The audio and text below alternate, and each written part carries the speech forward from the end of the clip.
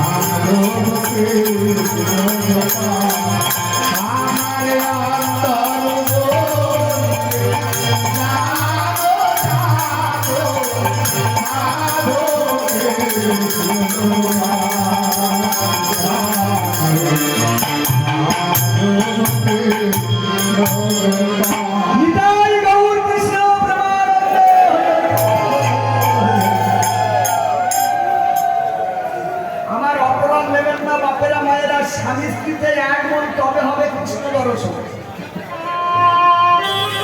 আজকে ব্রাহ্মণ কাঁদতে কাঁদতে ঘুমিয়ে পড়েছে, আর সভাপতি একা বসে বসে খাচ্ছে।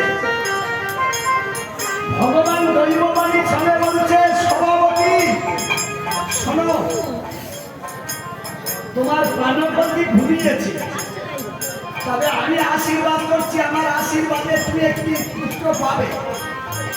আর ওই পুত্রের মুখ দর্শন করলে কিন্তু তোমার প্রাণপতি প্রাণে মারা যাবে, তুমি পুত্র পাবে। আর তোমার স্বামী ওই ব্রাহ্মণ যদি মুখ দর্শন করে কিন্তু ও প্রাণে মারা যাবে। পুত্র পাবে এই কথাটা শুনে দিয়েছে, আর প্রাণপতি প্রাণে মারা যাবে এই কথাটা আর ভালো করে শুনে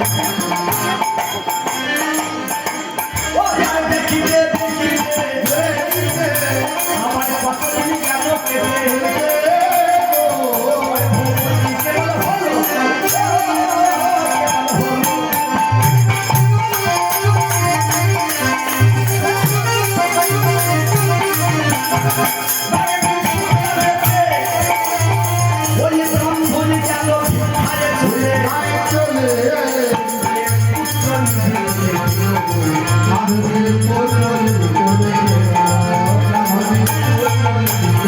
Thank you.